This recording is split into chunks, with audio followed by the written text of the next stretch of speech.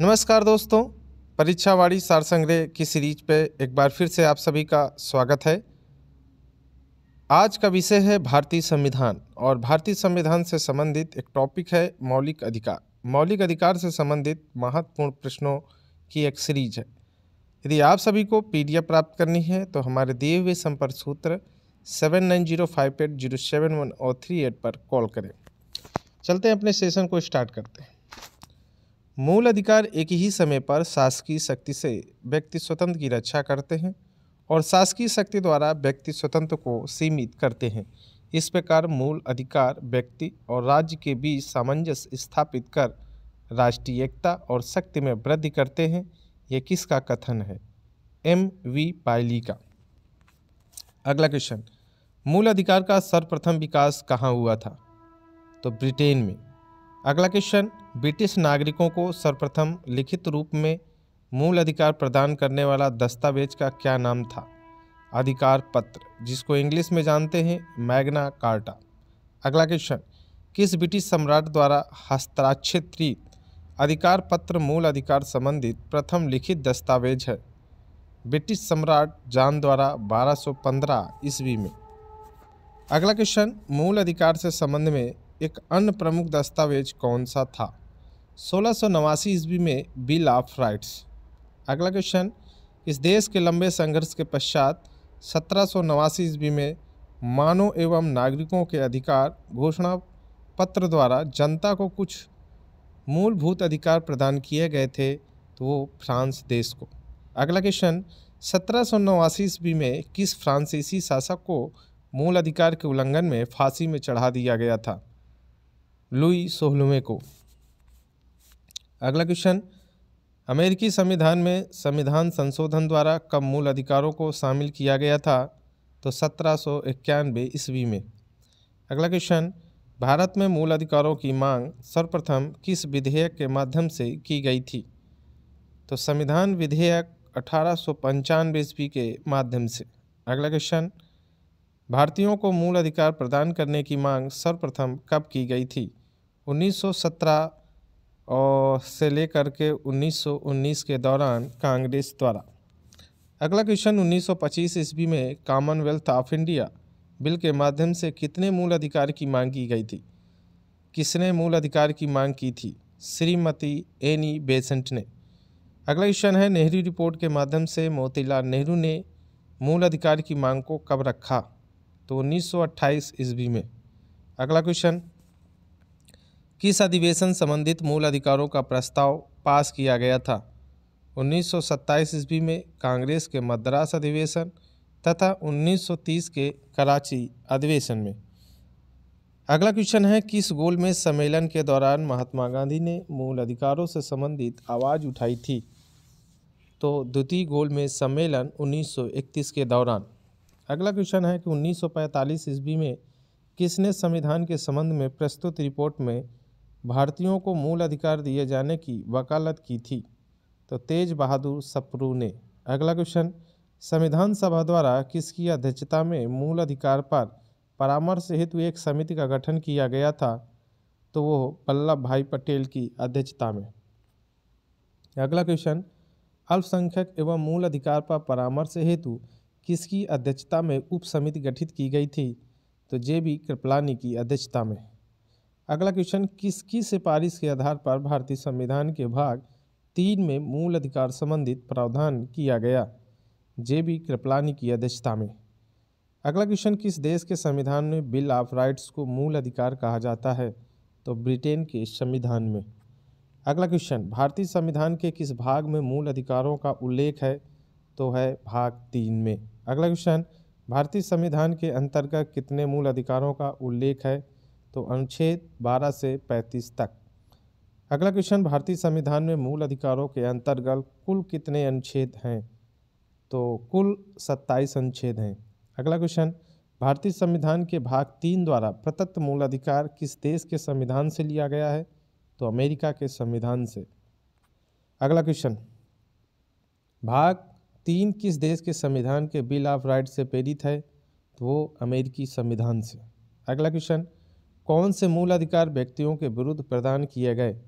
अनुच्छेद 15(2), अनुच्छेद 17, अनुच्छेद 23 और अनुच्छेद 24। अगला क्वेश्चन, संविधान द्वारा कुछ मूलभूत अधिकार कुछ केवल नागरिकों को प्राप्त हैं, जिनमें से जैसे अनुच्छेद 15, अनुच्छेद 16, अनुच्छेद 19, अनुच्छेद 29, अनुच्छेद 30।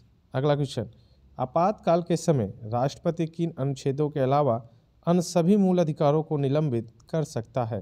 अनुच्छेद 20 और अनुच्छेद 21 के अलावा। अगला क्वेश्चन, भारतीय संविधान के मूल अधिकारों की प्रकृति कैसी है? नकारात्मक और सकारात्मक दोनों। अगला क्वेश्चन, नकारात्मक मूल अधिकार के अंतर्गत कौन से अनुच्छेद राज्य की शक्ति पर निर्बंधन के रूप में लागू होते हैं? अनुच्छेद 14, अनुच्छेद 15, अनुच्छेद 16 और अनुच्छेद 21। अगला क्वेश्चन, सकारात्मक प्रकृति के मूल अधिकार के अंतर्गत कौन कौन से अनुच्छेद नागरिकों को प्रदत्त स्वतंत्रताएं प्रदान करता है? अनुच्छेद 19, अनुच्छेद 25 से 28 तक। अगला क्वेश्चन, मूल अधिकारों को परिवर्तित एवं लागू करने की शक्ति किसके पास है? उच्चतम न्यायालय और उच्च न्यायालय दोनों के पास। अगला क्वेश्चन, मूल अधिकारों में कटौती किस विधि द्वारा संपन्न होती है? तो संविधान संशोधन अधिनियम के द्वारा अनुच्छेद 368 के माध्यम से। अगला क्वेश्चन, क्या कोई व्यक्ति मूल अधिकारों को त्याग या अधिजन कर सकता है? नहीं, क्योंकि लोक नीति के रूप में संविधान में शामिल किया गया है। अगला क्वेश्चन, क्या मूल अधिकार न्याय योग्य है? हाँ। अगला क्वेश्चन, भाग 3 के प्रयोजन के लिए राज शब्द को किस अनुच्छेद के तहत परिभाषित किया गया है? तो अनुच्छेद 12 के अंतर्गत। अगला क्वेश्चन, राज्य शब्द में कौन कौन शामिल है? भारत सरकार, संसद, राज्य सरकारें एवं विधानमंडल, सभी स्थानीय एवं अन्य पदाधिकारी। अगला क्वेश्चन, संविधान का कौन सा अनुच्छेद न्यायालय को यह शक्ति प्रदान करता है कि वो विधानमंडल द्वारा निर्मित मूल अधिकारों का उल्लंघन करने वाली विधियों का न्यायिक पुनर्लोकन कर सकता है? अनुच्छेद 13। अगला क्वेश्चन, भारत में न्यायिक पुनर्लोकन का सिद्धांत किस देश के संविधान से लिया गया है? तो वो लिया गया है अमेरिका के संविधान से। अगला क्वेश्चन, न्यायिक पुनर्लोकन का अधिकार किस न्यायालय को प्राप्त है? तो उच्चतम न्यायालय अनुच्छेद 32 तथा उच्च न्यायालय अनुच्छेद 226 के अंतर्गत। अगला क्वेश्चन, मूल अधिकारों का अतिक्रमण करने वाली विधियां किस अनुच्छेद के अंतर्गत आती हैं? तो अनुच्छेद 13 के अंतर्गत। अगला क्वेश्चन, आच्छादन का सिद्धांत संविधान के किस अनुच्छेद से संबंधित है? तो अनुच्छेद 13 के से संबंधित है। अगला क्वेश्चन, आच्छादन के सिद्धांत से संबंधित प्रमुखवाद कौन सा है? भिकाजी बनाम मध्य प्रदेश राज्य। अगला क्वेश्चन, कौन सा अनुच्छेद मूल अधिकारों की सुरक्षा का कवच है? तो अनुच्छेद 13। अगला क्वेश्चन, यह किसका कथन है कि न्यायिक पुनर्लोकन की शक्ति न्यायालयों को वो शक्ति है जिसके अंतर्गत वह विधानमंडल द्वारा पारित अधिनियम की संवैधानिक जांच करे?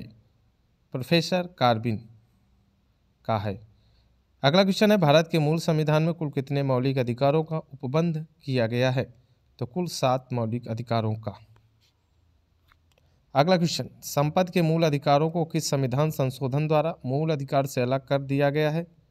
तो 44वें संविधान संशोधन अधिनियम 1978 के द्वारा। अगला क्वेश्चन, संपत्ति का मूल अधिकार किस अनुच्छेद के तहत एक बंधित किया गया था? अनुच्छेद 19 के चा में अनुच्छेद 21 के अंतर्गत। अनुच्छेद 19 के फर्स्ट के चा में और अनुच्छेद 31 के तहत। थोड़ा सा मिस्टेक है, इसको सुधार लीजिए आप लोग। अगला क्वेश्चन, संपत्ति का अधिकार अब किस अनुच्छेद के तहत एक विधिक या कानूनी अधिकार है? अनुच्छेद 300 के का के तहत। अगला क्वेश्चन है कि वर्तमान में भारतीय संविधान के अंतर्गत नागरिकों को कुल कितने मूल अधिकार प्रदान किए गए?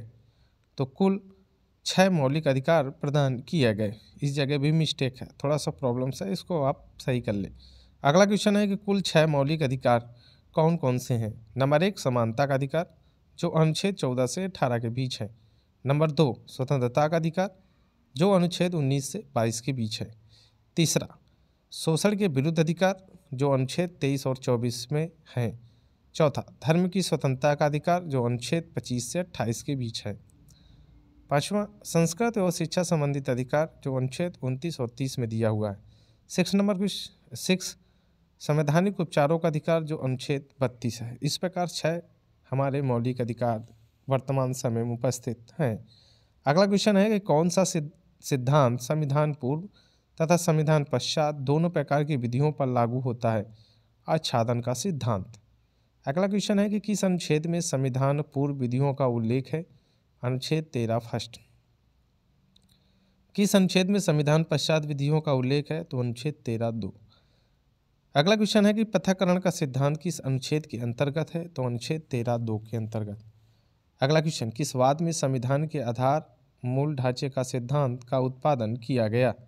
तो केशवानंद भारती बनाम केरल राज्य 1973 के द्वारा। अगला क्वेश्चन है किस अनुच्छेद में उल्लेख है कि मूल अधिकारों में संसद संविधान संशोधन कर सकती है बिना मूल ढांचे के उल्लंघन किए बिना? तो अनुच्छेद 13 के अंतर्गत। अगला क्वेश्चन है किस मामले में कहा गया है कि अनुच्छेद 368 के अंतर्गत किया गया संवैधानिक संशोधन अनुच्छेद 13 के अर्थों में विधि है? तो शंकरी प्रसाद बनाम भारत संघ मामले में। अगला क्वेश्चन है कि किस मामले में मौलिक अधिकार में संविधान संशोधन को अनुच्छेद 13 के अर्थों में विधि माना गया है? तो गोलकनाथ बनाम पंजाब राज्य मामले में। अगला क्वेश्चन, अनुच्छेद 14 द्वारा प्रदत्त समानता का अधिकार किनको उपलब्ध है? तो भारतीय नागरिक और विदेशी दोनों को। अगला क्वेश्चन है कि अनुच्छेद 14 में वाक्यांश विधियों का समान संरक्षण कहाँ से लिया गया है? तो ब्रिटिश संविधान से। अगला क्वेश्चन है संविधान के किस अनुच्छेद में विधि का शासन निहित है? तो अनुच्छेद 14 में। अगला क्वेश्चन है कौन सा अनुच्छेद राज्य किसी व्यक्ति को भारतीय राज्य क्षेत्र में विधि के समक्ष समता और विधियों के समान संरक्षण से वंचित नहीं करेगा? अनुच्छेद 14। अगला क्वेश्चन है किस अनुच्छेद में व्यक्ति शब्द का प्रयोग किया गया है? तो अनुच्छेद 14 में। किस अनुच्छेद में नागरिकों, अनागरिकों एवं विधिक व्यक्तियों तथा कंपनी, निगम, व्यक्ति समूह आदि पर लागू होता है? तो अनुच्छेद 14। अगला क्वेश्चन है कि विधि के समक्ष समता की अवधारणा किस देश के संविधान से ली गई है? तो ब्रिटेन के संविधान से। अगला क्वेश्चन, विधियों के समान संरक्षण की अवधारणा किस देश के संविधान से ली गई है? तो अमेरिका के संविधान से। अगला क्वेश्चन, किस विधि शास्त्री ने विधि के समक्ष समता की अवधारणा को विधि के शासन के समरूप माना? तो प्रोफेसर डाइसी द्वारा। अगला क्वेश्चन है किस न्यायमूर्ति ने विधियों के समान संरक्षण को विधि के समक्ष समता का एक ही रूप सिद्धांत माना? न्यायमूर्ति पतंजलि शास्त्री ने। अगला क्वेश्चन है कि किस अनुच्छेद में नैसर्गिक न्याय का सिद्धांत अंतर्निहित है? अनुच्छेद 14 में। अगला क्वेश्चन, किस वाद में अनुच्छेद 14 में निहित विधि के शासन को संविधान का आधारभूत ढांचा घोषित किया गया? तो मिनर्वा मिल्स बनाम भारत संघ 1980 के मामले में। अगला क्वेश्चन है कि किस अनुच्छेद में उल्लेख है कि वर्ग विभेद का निषेध करता है किंतु वर्गीकरण की अनुमति देता है? अनुच्छेद 14। अगला क्वेश्चन है किस वाद में उच्चतम न्यायालय ने कहा है कि समता और स्वच्छता के रूप में एक दूसरे के कट्टर शत्रु हैं? ईपी रोयप्पा बनाम तमिलनाडु राज्य वाद में। अगला क्वेश्चन है किस वाद में कहा गया है कि एक व्यक्ति स्वयं एक वर्ग माना जा सकता है? चिरंजीत लाल बनाम भारत संघ मामले में। अगला क्वेश्चन है कि कौन सा अनुच्छेद केवल धर्म, मूलवंश, जात, लिंग, जन्म स्थान अथवा इनमें से किसी आधार पर नागरिकों के मध्य विभेद करने से राज्य को रोकता है? अनुच्छेद 15 फर्स्ट। अगला क्वेश्चन है कि किसी होटल, दुकान, सार्वजनिक भोजनालय, सार्वजनिक मनोरंजन के स्थल में नागरिकों को बिना भेदभाव के प्रवेश का अधिकार किस अनुच्छेद द्वारा प्रदान किया जाता है? तो अनुच्छेद 15(2) के तहत। अगला क्वेश्चन है कि किस अनुच्छेद द्वारा नागरिकों को सरकारी व सार्वजनिक उपयोग हेतु समर्पित कुओं, तालाबों, सड़क और स्नानाघाट आदि के उपयोग का भेदभाव रहित अधिकार प्रदान किया गया है? तो अनुच्छेद 15(2) के तहत। अगला क्वेश्चन है कि समाज के कमजोर वर्गों के संरक्षण के लिए प्रावधान किस अनुच्छेद में किया गया है? अनुच्छेद 15 के अंतर्गत। अगला क्वेश्चन है कि किस अनुच्छेद के तहत राज्य को यह शक्ति प्रदान की गई है कि वो स्त्री और बालकों के संबंध में विशेष प्रावधान कर सकता है? अनुच्छेद 15 के तहत।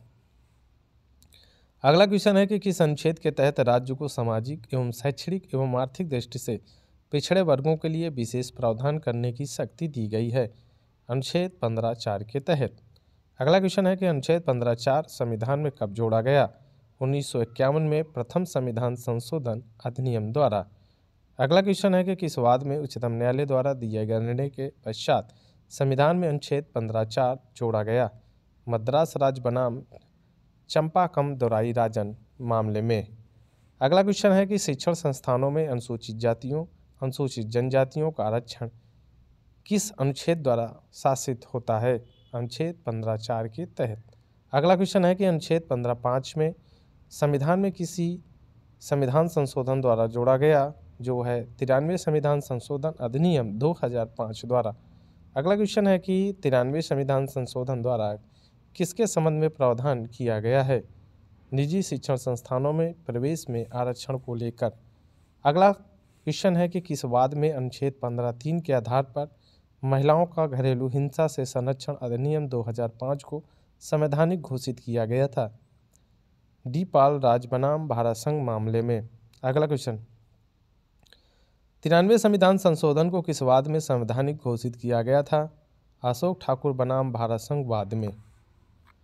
अगला क्वेश्चन है कि संविधान की प्रस्तावना में प्रयुक्त समाजवादी शब्द के साथ किन अनुच्छेदों को पढ़ने से समान कार्य के लिए समान वेतन का मौलिक अधिकार उच्चतम न्यायालय ने निगमित किया था?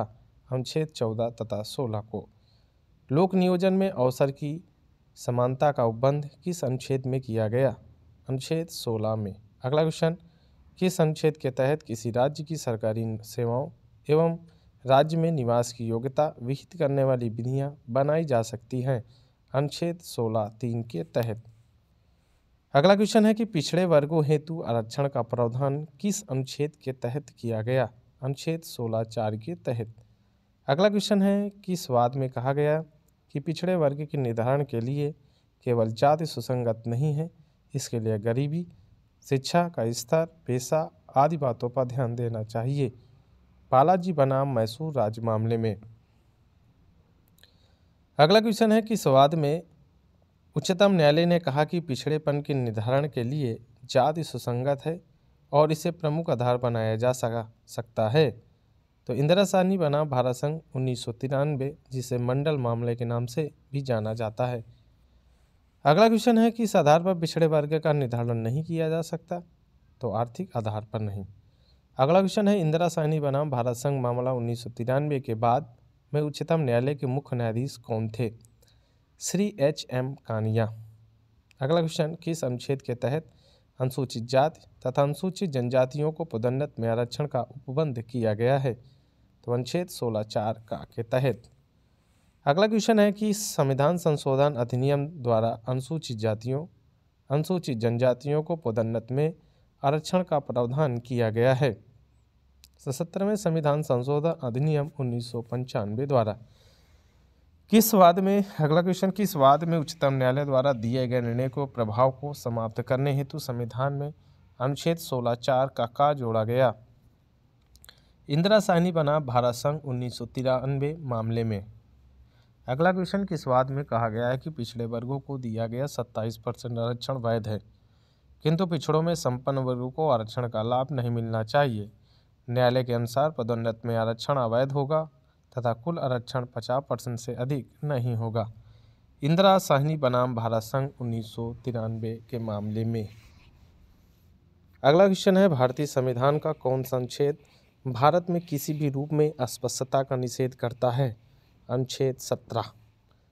अगला क्वेश्चन, अस्पृश्यता अपराध अधिनियम 1955 को अब किस नाम से जाना जाता है? सिविल अधिकार संरक्षण अधिनियम के नाम से।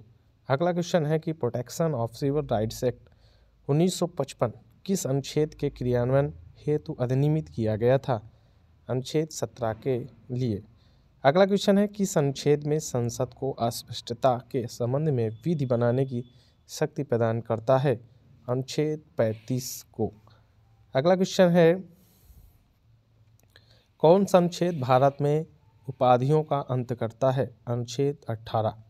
अगला क्वेश्चन है, किन क्षेत्रों के राज्य को सम्मान प्रदान करने की अनुमति देता है? सेना और विद्या के क्षेत्र में।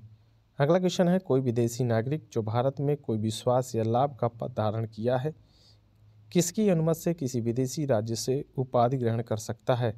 राष्ट्रपति की सिफारिश के दौरान। अगला क्वेश्चन है कि इस वाद में उच्चतम न्यायालय ने धारिता किया है कि भारत रत्न, पद्म विभूषण और पद्मश्री अलंकरण अनुच्छेद 18 फर्स्ट के अर्थों में उपाधि नहीं है। बालाजी राघवन बनाम भारत संघ 1996 मामले में। अगला क्वेश्चन, संविधान के किस अनुच्छेद के तहत स्वतंत्रता का अधिकार उपबंधित किया गया है? अनुच्छेद 19 से 22 के तहत। अगला क्वेश्चन, मूल संविधान द्वारा अनुच्छेद 19 के तहत कुल कितनी स्वतंत्रताएं उपबंधित की गई हैं? कुल 7। वर्तमान में अनुच्छेद 19 के तहत कुल कितनी स्वतंत्रताओं का उल्लेख है? कुल 6 स्वतंत्रताओं का।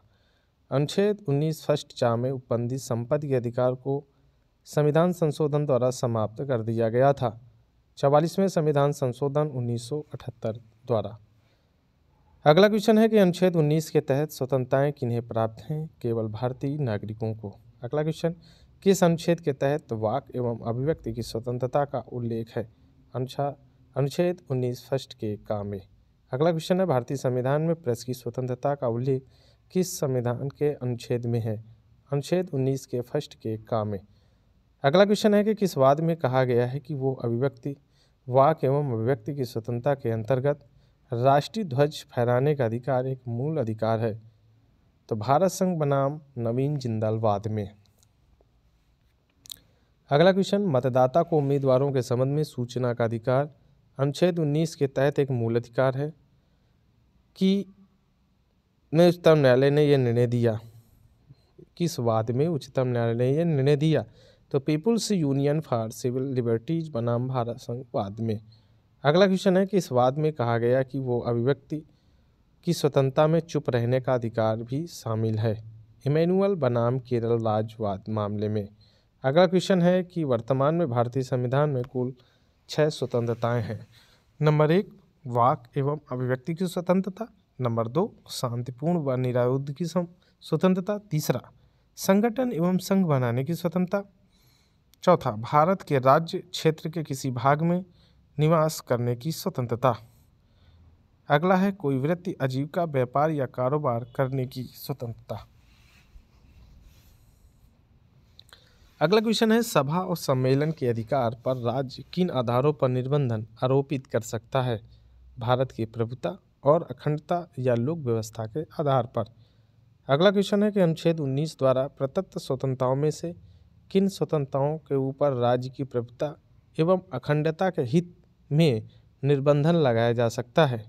नंबर 1, वाक एवं अभिव्यक्ति की स्वतंत्रता। नंबर 2, शांतिपूर्ण व निरायुध सम्मेलन की स्वतंत्रता। नंबर 3, संगम या संघ बनाने की स्वतंत्रता। अगला क्वेश्चन, किस वाद में ऋषिकेश महापालिका क्षेत्र में अंडा बेचने पर लगा प्रतिबंध संवैधानिक घोषित किया था? ओम प्रकाश बनाम उत्तर प्रदेश राज्यवाद में। अगला क्वेश्चन है कि अनुच्छेद 19 फर्स्ट के का के अंतर्गत वाक एवं अभिव्यक्ति की स्वतंत्रता के अधीन मूल अधिकार माना गया? प्रेस की स्वतंत्रता, राष्ट्रीय ध्वज फहराने की स्वतंत्रता, जानने की स्वतंत्रता, मतदाता को सूचना अधिकार की स्वतंत्रता, चुप रहने की स्वतंत्रता, सूचनाओं तथा समाचारों को जानने का अधिकार, विदेश जाने का अधिकार, प्रदर्शन या धरना करने का अधिकार, आंखों देखा हाल प्रसारित करने का अधिकार। अगला क्वेश्चन, संविधान का कौन सा अनुच्छेद दोष सिद्धि के संबंध में संरक्षण का प्रावधान करता है? अनुच्छेद 20। अगला क्वेश्चन है, किस अनुच्छेद के तहत दोहरे दंड से संरक्षण प्रदान किया गया है? अनुच्छेद 20 के 2 में। अगला क्वेश्चन है, भारतीय संविधान द्वारा एक अभिव्यक्ति को कौन सा संरक्षण प्रदान किया गया है? कार्य के बाद की विधि, दोहरे संकट से स्वयं अपने विरुद्ध साक्षी होने से सीमित मात्रा में गिरफ्तारी और निरोध। अगला क्वेश्चन है कि दोहरे दंड से क्या अभिप्रेरित है? दोहरे दंड से अभिप्रेत है किसी व्यक्ति को एक ही अपराध के लिए 2 या 2 से अधिक बार दंडित नहीं किया जा सकता। अगला क्वेश्चन है कि नेमो डिबेट वेक्चरी का सिद्धांत किससे संबंधित है? दोहरे संकट से। अगला क्वेश्चन है कि इस अनुच्छेद के तहत यह उपबंधित किया गया है कि किसी अभिव्यक्ति व्यक्ति को स्वयं अपने विरुद्ध साक्ष्य देने के लिए विवश नहीं किया जा सकता। अनुच्छेद 20 के 3 में। अगला क्वेश्चन है कि इस अनुच्छेद के तहत प्राण एवं दैहिक स्वतंत्रता का अधिकार सुनिश्चित किया गया है? अनुच्छेद 21 के तहत। अगला क्वेश्चन है, किसी व्यक्ति को उसके प्राण एवं दैहिक स्वतंत्रता से संबंधित किसके अनुसार वंचित किया जा सकता है? विधि द्वारा स्थापित प्रक्रिया के दौरान। अगला क्वेश्चन है कि विधि द्वारा स्थापित प्रक्रिया किस देश के संविधान से लिया गया है? तो जापान के संविधान से। अगला क्वेश्चन है, किस वाद में विदेश यात्रा के अधिकार को अनुच्छेद 21 के अंतर्गत एक मूल अधिकार घोषित किया गया है? मेनका गांधी बनाम भारत संघवाद में 1978 में। अगला क्वेश्चन है, किस वाद में उच्चतम न्यायालय ने विदेश भ्रमण के अधिकार को अनुच्छेद 21 के तहत मूल अधिकार माना था? सतवंत सिंह बनाम सहायक पासपोर्ट अधिकारी 1957। अगला क्वेश्चन है, किस वाद में उच्चतम न्यायालय ने निर्णय दिया कि अनुच्छेद 21 के अंतर्गत जीवन के अधिकार में मरने का अधिकार शामिल नहीं है? ज्ञान कौर बनाम पंजाब राज्य मामले में। अगला क्वेश्चन है, किस वाद में उच्चतम न्यायालय ने निर्णय दिया कि सार्वजनिक स्थानों में धूम्रपान को अनुच्छेद 21 द्वारा प्रदत्त मूल अधिकार का उल्लंघन माना गया तथा राज्यों को सार्वजनिक स्थानों पर धूम्रपान निषेध का निर्देश दिया गया? मुरली देवरा बनाम भारत संघ मामले में। अगला क्वेश्चन है, किस वाद में 86वें संविधान संशोधन द्वारा शिक्षा के अधिकार को अनुच्छेद 21 के तहत मूल अधिकार बना दिया गया? मोहिनी जैन बनाम कर्नाटक राज्य मामले में। अगला क्वेश्चन है कि किस संविधान संशोधन अधिनियम द्वारा अनुच्छेद 21 के अंतर्गत शिक्षा के अधिकार को मौलिक अधिकार का दर्जा दिया गया? 86वें संविधान संशोधन अधिनियम 2002 के तहत। अगला क्वेश्चन है कि इस अनुच्छेद के तहत राज्य 6 से 14 वर्ष की आयु के सभी बालकों के लिए निःशुल्क और अनिवार्य शिक्षा का उपबंध करेगा? अनुच्छेद 21 के का में। अगला क्वेश्चन है, किस वर्ष शिक्षा का अधिकार लागू किया गया? 1 अप्रैल 2010 को। अगला क्वेश्चन है कि अनुच्छेद 21 के अंतर्गत अधिकार शिक्षा पाने का अधिकार, निःशुल्क विधिक सहायता पाने का अधिकार, चिकित्सा सहायता पाने का अधिकार, निःशुल्क खाद्य सामग्री पाने का अधिकार, प्रदूषण मुक्त जल व वायु का उपयोग करने का अधिकार, फ़ोन टैप करने का अधिकार, कोई महिला अपने बच्चों को पैदा करे या न करे उसका स्वयं का अधिकार, जीवन के अधिकार में मरने का अधिकार शामिल नहीं है, महिला कर्मियों का यौन उत्पीड़न, लैंगिक समानता के विरुद्ध अधिकार। अगला क्वेश्चन है कि किस वाद में उच्चतम न्यायालय ने कहा कि ऐसे लोग जो भूख से पीड़ित हैं और खाद्य सामग्री खरीदने में असमर्थ हैं, उन्हें अनुच्छेद 21 के अंतर्गत राज्य से निःशुल्क खाद्य सामग्री प्राप्त करने का मौलिक अधिकार है? तो PUCN बनाम भारत संघ 2000 मामले में। किस वाद में कहा गया कि प्रदूषण मुक्त जल और वायु के उपयोग का अधिकार अनुच्छेद 21 के अंतर्गत प्राण एवं दैहिक के अधिकार में शामिल हैं? सुभाष कुमार बनाम बिहार राज्य मामले में। अगला क्वेश्चन है कि इस वाद में उच्चतम न्यायालय ने निर्णय दिया है कि कोई महिला अपने बच्चों को पैदा करे या ना करे, अनुच्छेद 21 के अंतर्गत ये उसका अधिकार है? नवीनतम वाद सुचिता श्रीवास्तव बनाम चंडीगढ़ एडमिनिस्ट्रेशन 2010 के मामले में।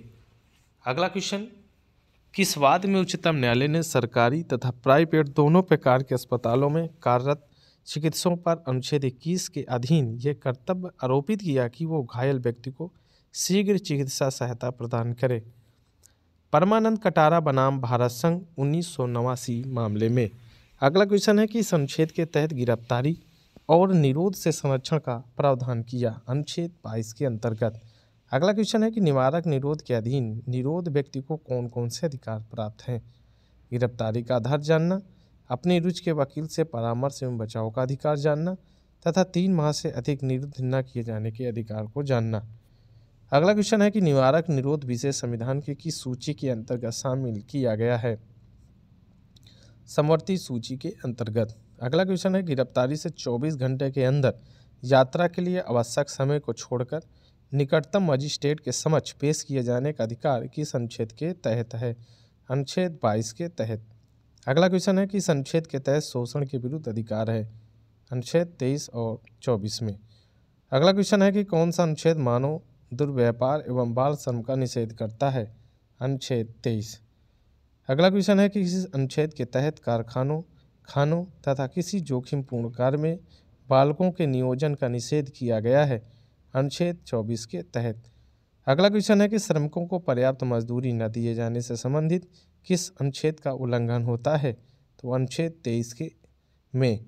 अगला क्वेश्चन है कि संविधान के किस अनुच्छेद को क्रियान्वयन करने के लिए संसद द्वारा बंधुआ मजदूरी प्रणाली उन्मूलन अधिनियम 1976 पारित किया गया था अनुच्छेद 23 के अंतर्गत। अगला क्वेश्चन है कि संविधान के तहत किस आयु से कम बालकों को किसी फैक्ट्री अथवा खदान में नियोजन का निषेध किया गया है? 14 वर्ष से कम आयु के बच्चों को। अगला क्वेश्चन है कि मूल अधिकारों के अंतर्गत कौन सा अनुच्छेद बच्चों के शोषण से संबंधित है? अनुच्छेद 24। अगला क्वेश्चन है किन अनुच्छेदों में धार्मिक स्वतंत्रता का अधिकार का प्रावधान किया गया है? अनुच्छेद 25 से 28।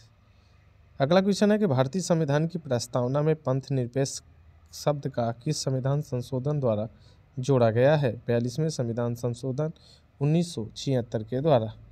अगला क्वेश्चन है कि अनुच्छेद 25 में प्रत्याभूत धर्म स्वतंत्रता का कौन कौन सी है?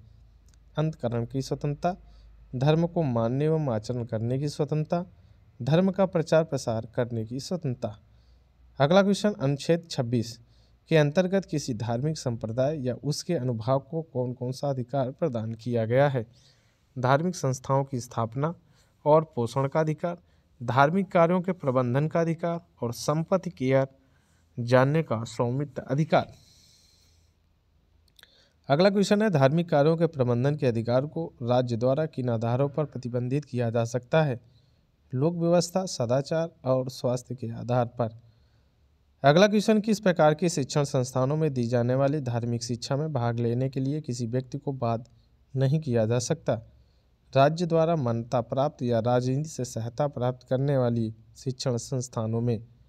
अगला क्वेश्चन है किसी भी व्यक्ति को ऐसा कर देने के लिए विवश नहीं किया जाएगा जिसकी आय को किसी विशेष धर्म या धार्मिक संप्रदाय वृद्धि के लिए व्यय किया जाता है? किस अनुच्छेद में है? अनुच्छेद 27 में। अगला क्वेश्चन है कि इस अनुच्छेद के तहत संस्कृत व शिक्षा संबंधित मूल अधिकार उपबंधित किया गया था? अनुच्छेद 29 और 30 के अंतर्गत। अगला क्वेश्चन है किस अनुच्छेद के अंतर्गत अल्पसंख्यकों को अपनी रुचि की शिक्षण संस्थानों की स्थापना एवं प्रशासन का अधिकार दिया गया है? अनुच्छेद 30 के अंतर्गत। अगला क्वेश्चन है अल्पसंख्यक वर्गों के हितों का संरक्षण किस अनुच्छेद के अंतर्गत है? अनुच्छेद 29 के अंतर्गत। अगला क्वेश्चन है शिक्षण संस्थानों में प्रवेश के अधिकार के बारे में किस अनुच्छेद के अंतर्गत है? अनुच्छेद 29(2) के अंतर्गत। अगला क्वेश्चन है संविधान का कौन सा अनुच्छेद संवैधानिक उपचार का अधिकार प्रदान करता है? अनुच्छेद 32। अगला क्वेश्चन है कि संविधान द्वारा प्रदत्त मूल अधिकारों को परिवर्तित करने के लिए कौन सा मूल अधिकार को उपबंधित किया गया है? संवैधानिक उपचार का अधिकार। अगला क्वेश्चन है कि मूल अधिकारों के प्रवर्तन हेतु रिट जारी करने का अधिकार किस न्यायालय को प्राप्त है? उच्चतम न्यायालय और उच्च न्यायालय को। अगला क्वेश्चन है कि संविधान का कौन सा अनुच्छेद सिर्फ धार्मिक और भाषाई अल्पसंख्यकों को मान्यता प्रदान करता है? अनुच्छेद 30। अगला क्वेश्चन है किसने संवैधानिक उपचारों के अधिकार को संविधान की आत्मा और हृदय कहा? डॉक्टर भीमराव अंबेडकर। किसी लोक पद को अवैध रूप से कब्जा करने वाले व्यक्ति के विरुद्ध कौन से रिट जारी की जाती है? अधिकार परीक्षा रिट। अगला क्वेश्चन है कि कौन सी रिट अधीनस्थ न्यायालय या अधिकारियों के विरुद्ध कार्रवाई को रोकने के लिए जारी की जाती है? तो प्रतिषेध रिट। अगला क्वेश्चन है जब किसी अधीनस्थ न्यायालय या अधिकरण को अपनी अधिकारिता का अतिक्रमण करने पर या नैसर्गिक न्याय के विरुद्ध कार्य करने पर रिट जारी की जाती है तो कौन सी रिट है? उत्प्रेषण रिट। अगला क्वेश्चन है कि अवैध कैद से मुक्त करने के लिए कौन कौन सी रिट जारी की जाती है? बंदी प्रत्यक्षीकरण रिट। अगला क्वेश्चन है कि मूल अधिकारों को परिवर्तित करने के लिए कौन कौन सी रिट जारी की जाती है? तो उच्चतम न्यायालय द्वारा। तो बंदीकरण रिट, दूसरा परमादेश, तीसरा प्रतिषेध, चौथा उत्प्रेषण और पांचवा अधिकार परीक्षा। अगला क्वेश्चन है कि न्यायालय के सामने शरीर को प्रस्तुत किया जाए कौन सी रिट लागू होती है? बंदी प्रत्यक्षीकरण रिट, जिसको इंग्लिश में हैबियस कॉर्पस बोलते हैं। अगला क्वेश्चन है हम आदेश देते हैं कौन सी रिट लागू होती है? परमादेश, जिसको हम इंग्लिश में मैंडमेंट्स जानते हैं। अगला क्वेश्चन है मना करना कौन सी रिट लागू होती है? प्रतिषेध, जिसको इंग्लिश में प्रोहिबिशन जानते हैं। अगला क्वेश्चन है कि इस अनुच्छेद के तहत भारत के किसी राज्य क्षेत्र में सेना विधि के लागू होने पर संसद को विधि बनाने की शक्ति प्रदान की गई है? अनुच्छेद 34 के अंतर्गत। तो इस प्रकार आज का हमारा ये सेशन कंप्लीट होता है। तो सभी लोगों को यदि हमारा सेशन अच्छा लगे तो चैनल को सब्सक्राइब करें, वीडियो को लाइक करें, शेयर करें। Thank you so much. धन्यवाद। जय हिंद, जय भारत।